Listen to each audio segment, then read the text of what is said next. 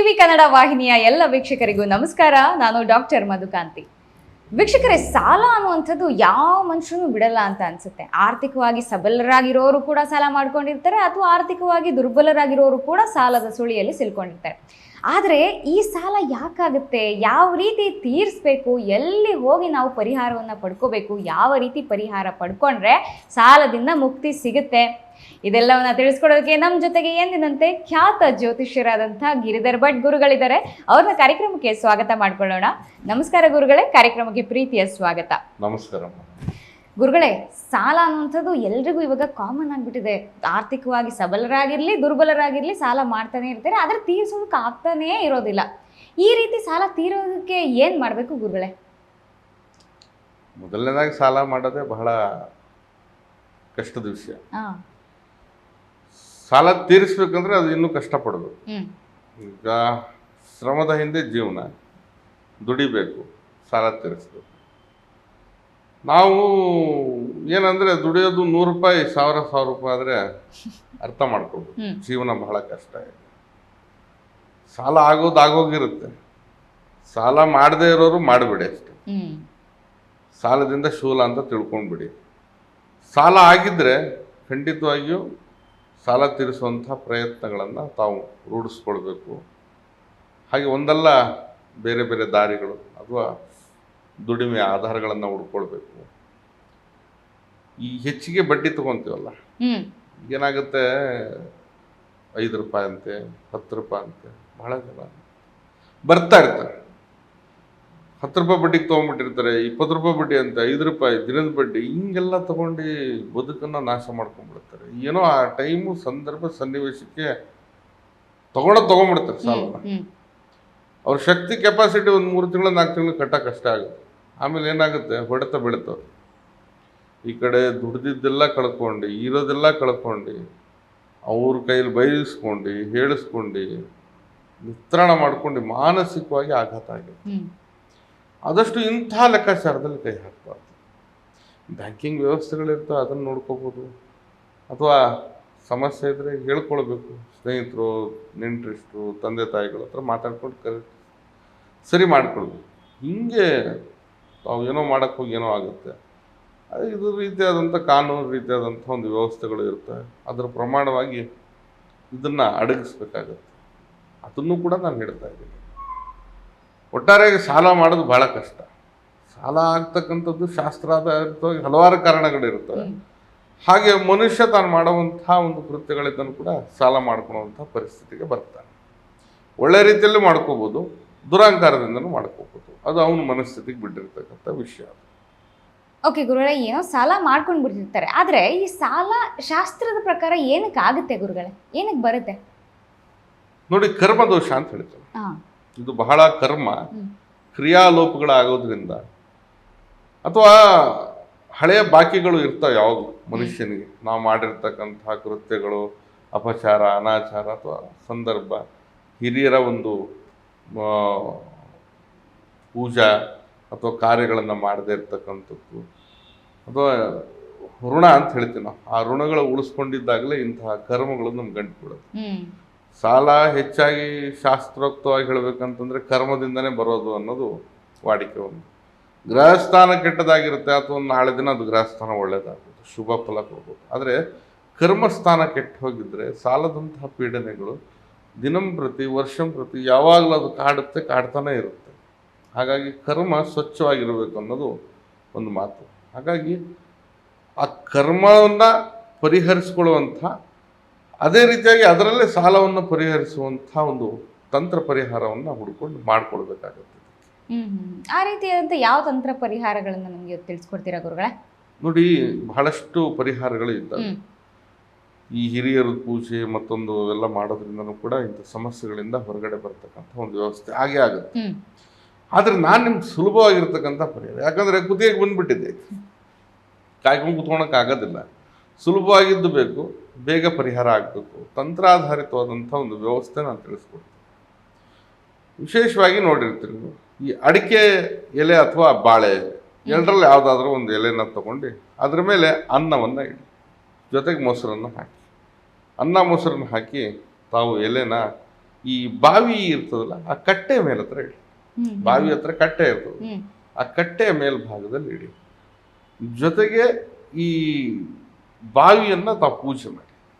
ಬಾವಿದು ಯಾವುದು ನೀರು ಸೇರ್ತೀವಲ್ಲ ನಾವು ಆ ಪ್ರದೇಶದಲ್ಲಿ ಹೋಗಿ ಅರಿಶಿನ ಕುಂಕುಮ ಹಚ್ಚಿ ಗಂಗೆಗೆ ಪೂಜೆ ಮಾಡ್ದಂಗೆ ಮಾಡಿಬಿಡಿ.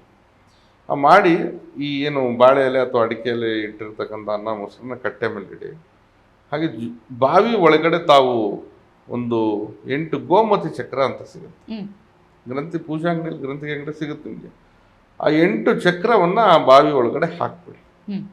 ಭಕ್ತಿಯಿಂದ ನಮಸ್ಕಾರ ಮಾಡಿ. ಏನು ನೀವು ನೈವೇದ್ಯ ಇಟ್ಟಿರ್ತೀರಲ್ಲ ಅನ್ನ ಮೊಸರನ್ನ, ಅದು ಯಾವುದಾದ್ರೂ ಪಕ್ಷಿಗಳು ಬಂದು ತಿನ್ನೋ ಹಾಗೆ ತಾವು ನೋಡ್ಕೋಬೇಕು. ಅದಕ್ಕೆ ಕಟ್ಟೆ ಮೇಲೆ ಇಡಬೇಕು. ಕೆಳಗಡೆ ಇಟ್ಟರೆ ಬೇರೆ ಬೇರೆ ಪ್ರಾಣಿಗಳೆಲ್ಲ ಬಂದು ತಿಂದ್ಬಿಡುತ್ತೆ. ಹಾಗಾಗಿ ಕಟ್ಟೆ ಮೇಲೆ ಇಟ್ಟಾಗ ಯಾವುದಾದ್ರೂ ಪಕ್ಷಿಗಳು ಕಾಗೆನೋ ಗುಬ್ಬಚ್ಚಿನೋ ಮತ್ತೊಂದು ಏನೋ ಒಂದು ಬಂದು ತಿನ್ನುತ್ತೆ ಅಂತ ತಿನ್ನೋ ಹಾಗೆ ತಾವು ನೋಡ್ಕೊಳ್ಬೇಕು. ಈ ಪ್ರಕ್ರಿಯೆನ ಅಮಾವಾಸ್ಯೆ ದಿನ ಮಾಡಬೇಕು. ಹೀಗೆ ಮಾಡೋದ್ರಿಂದ ಖಂಡಿತವಾಗಿ ಕರ್ಮ ದೋಷಗಳು ಲೋಪ ಆಗುತ್ತೆ, ಅಂದರೆ ದೋಷಗಳು ಕಳ್ಕೊಳ್ಳುತ್ತೆ. ಅಥವಾ ನಿಮ್ದು ಯಾವುದಾದ್ರೂ ಗ್ರಹಗತಿಗಳು ಬಾಧಿಸ್ತರಾಗಿದ್ರೂ ಕೂಡ ಪರಿಹಾರ ಆಗುತ್ತೆ. ಹಾಗೆ ಈ ಪರಿಹಾರ ಮುಖೇನವಾಗಿ ಈ ತಂತ್ರಾಧಾರಿತವಾಗಿ ನಿಮ್ಮ ಕಷ್ಟ ಕಾರ್ಪಣ್ಯಗಳು ಕೂಡ ದೂರ ಆಗುತ್ತೆ. ಅದು ಸಾಲದ ಕಷ್ಟಕ್ಕೂ ಕೂಡ ಅನ್ವಯ ಆಗುತ್ತೆ. ಹಾಗೆ ನೀವು ದುಡಿಮೆ ಹೋಗೋ ಜಾಗದಲ್ಲಿ ದುಡಿಮೆ ಆಗ್ಬೋದು, ಒಂದಲ್ಲ 2 ವ್ಯವಹಾರಗಳನ್ನು ಮಾಡ್ಬೋದು, ವ್ಯಾವಹಾರಿಕವಾಗಿ ಉನ್ನತಿ ಆಗ್ಬೋದು. ಹಾಗೆ ಸಾಲದಂತಹ ಮನೆಗೆ ಬಂದು ಜಗಳ ಮಾಡ್ತಾರೆ, ಕಿರಿಕಿರಿ ಮಾಡ್ತಾರೆ, ಆದಷ್ಟು ತಣ್ಣಗಾಗಬೇಕು. ಈಗ ಸಮಯ ಕೊಟ್ಟಿರ್ತಾನೆ ಅಲ್ವ ದುಡಿದು ತೀರ್ಸಕ್ಕೆ. ಅವ್ರು ಮನೆಗೆ ಬರಬೇಕು ಅಥವಾ ಅಂಗಡಿ ಹತ್ರ, ಅಂಗಡಿ ತೆಗೆದ ತಕ್ಷಣ ಸಾಲಗಾರ ನಿಂತ್ಕೊಂಡಿರ್ತಾರೆ, ಅಂಗಡಿ ಬಾಗಿಲು ತೆಗಿಯಕ್ಕೆ ಬೇಜಾರು, ಅಂಗಡಿ ಬಾಗಿಲು ತೆಗ್ದಿಲ್ಲ ಅಂದರೆ ಸಾಲ ಎಲ್ಲಿಂದ ತೀರಿಸ್ಬೇಕು. ಅವ್ರಿಗೂ ಅದು ಅರ್ಥ ಆಗಲ್ಲ, ಇವ್ರಿಗೆ ಹೇಳ್ಕೊಳಕ್ಕಾಗಲ್ಲ, ಊರು ಬಿಟ್ಟು ಹೋಗೋ ಪರಿಸ್ಥಿತಿ ಬಂದ್ಬಿಡುತ್ತೆ. ಇವೆಲ್ಲ ತಡೆದು ಸುಭಿಕ್ಷವಾಗಿ ದುಡಿಮೆ, ಆರ್ಥಿಕವಾದಂಥ ಏಳಿಗೆ ಇದು ರಹದಾರಿ ಆಗುತ್ತೆ. ಕರ್ಮಲೋಪಗಳೆಲ್ಲ ಸರಿಪಡಿಸುತ್ತೆ. ಹಾಗಾಗಿ ಈ ಪರಿಹಾರ ಭಾರಿ ಒಳ್ಳೆಯದು ಅನ್ನೋದು ನನ್ನ ಅನಿಸಿಕೆ. ಒಂದು ಸುಲಭವಾಗಿ ನೀವು ಮಾಡ್ಬೋದು ಕೂಡ ಅಷ್ಟೇ. ಓಕೆ ಗುರುಗಳೇ, ಇದು ಯಾವತ್ತು ಮಾಡ್ಬೋದು ಗುರುಗಳೇ? ಅಮಾವಾಸ್ಯೆ ದಿನ ಮಾಡಬೇಕಾಗುತ್ತೆ. ಅಮಾವಾಸ್ಯೆ ದಿನ ಮಾಡಿ ಅದಷ್ಟು ಬಾವಿ ಇರತಕ್ಕಂಥ ಪ್ರದೇಶನ ಹುಡುಕ್ಬೇಕು. ಮೊದಲು ಬೆಂಗಳೂರಲ್ಲೆಲ್ಲ ಬಾವಿಗಳಿದ್ದು, ಈಗಿಲ್ಲ. ಹಾಗಾಗಿ ಹಳ್ಳಿ ಕಡೆ ಈಗಲೂ ಕೆಲವೊಂದು ಬಾವಿಗಳು ಕೂಡ ಶಿಥಿಲಾವಸ್ಥೆಗೆ ಬಂದುಬಿಟ್ಟಿದ್ದಾವೆ, ನೋಡ್ಕೊಂಡು ಮಾಡಬೇಕಷ್ಟೆ.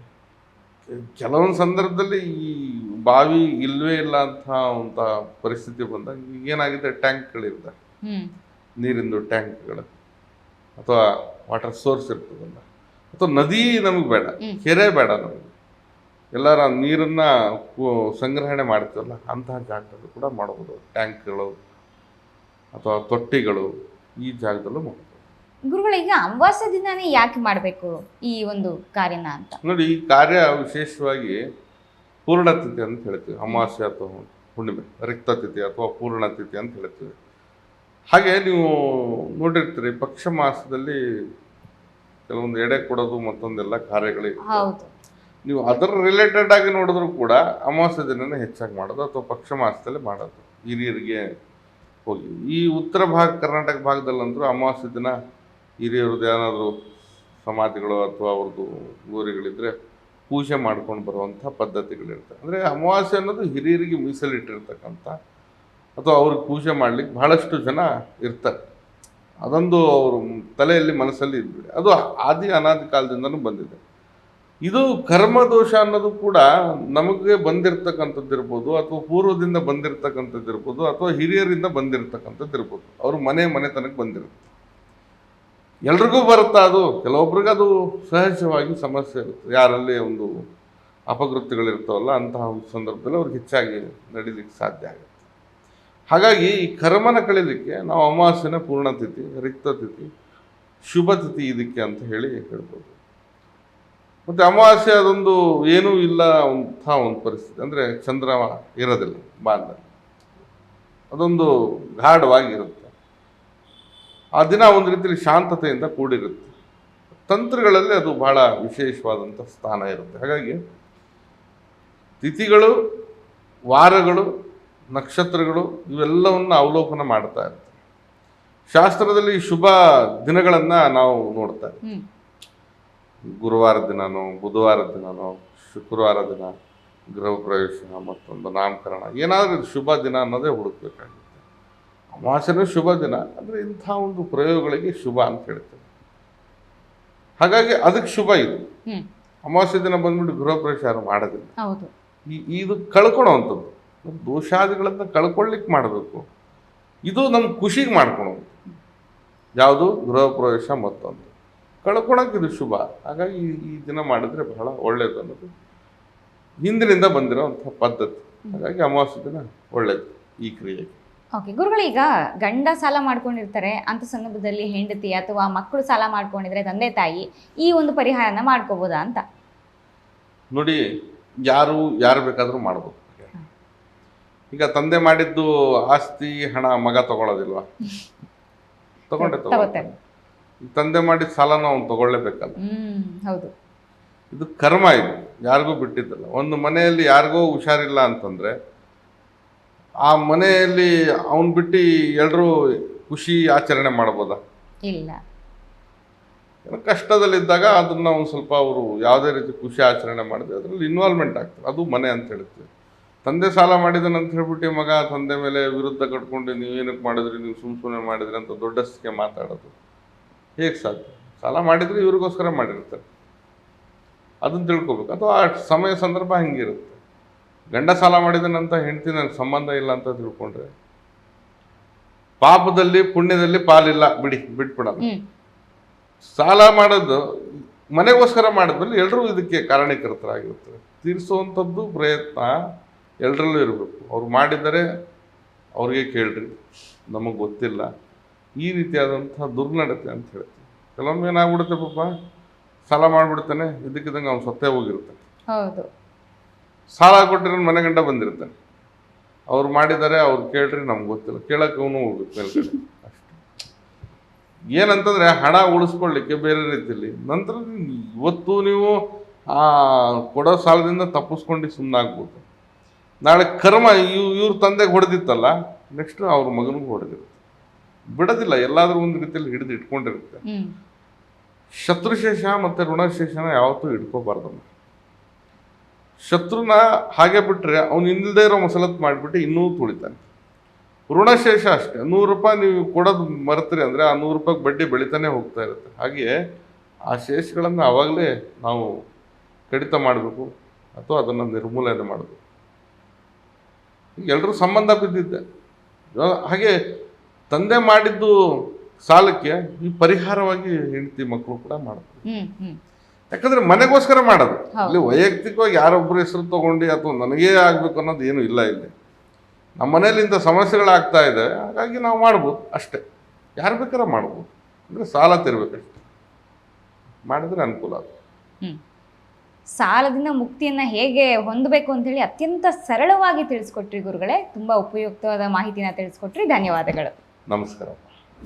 ನೋಡಿದ್ರಲ್ಲ ವೀಕ್ಷಕರೇ, ಸಾಲ ಆಗ್ಬಿಟ್ಟಿರುತ್ತೆ, ಆದರೆ ಆ ಸಾಲದಿಂದ ಮುಕ್ತಿಯನ್ನು ಪಡ್ಕೊಳ್ಳೋದು ಹೇಗೆ, ಸಾಲ ತೀರಿಸ್ಕೊಳ್ಳೋದು ಹೇಗೆ, ಇದಕ್ಕೆ ಉಪಯುಕ್ತವಾದ ಮಾಹಿತಿಯನ್ನು, ಸಿಂಪಲ್ ರೆಮಿಡೀಸನ್ನು ಇವತ್ತಿನ ಸಂಚಿಕೆಯಲ್ಲಿ ಗುರುಗಳು ತಿಳಿಸ್ಕೊಟ್ಟಿದ್ದಾರೆ. ಇದನ್ನು ನೀವು ಕೂಡ ಫಾಲೋ ಮಾಡಿ ಅಂತ ಹೇಳ್ತಾ, ನೀವು ಗುರುಗಳನ್ನು ನೇರವಾಗಿ ಭೇಟಿ ಆಗಬೇಕು ಅಂತಿದ್ರೆ ಸ್ಕ್ರೀನ್ ಮೇಲೆ ನಂಬರ್ ಡಿಸ್ಪ್ಲೇ ಆಗ್ತಾ ಇದೆ. ಹಾಗೆ ಗುರುಗಳ ಆಫೀಸ್ ಬೆಂಗಳೂರು ಯೂನಿವರ್ಸಿಟಿ ಕ್ವಾರ್ಟರ್ ಸರ್ಕಲ್ನಲ್ಲಿದೆ. ನೇರವಾಗಿ ಬಂದು ಕೂಡ ನೀವು ಭೇಟಿ ಆಗ್ಬೋದು. ನಮಸ್ಕಾರ.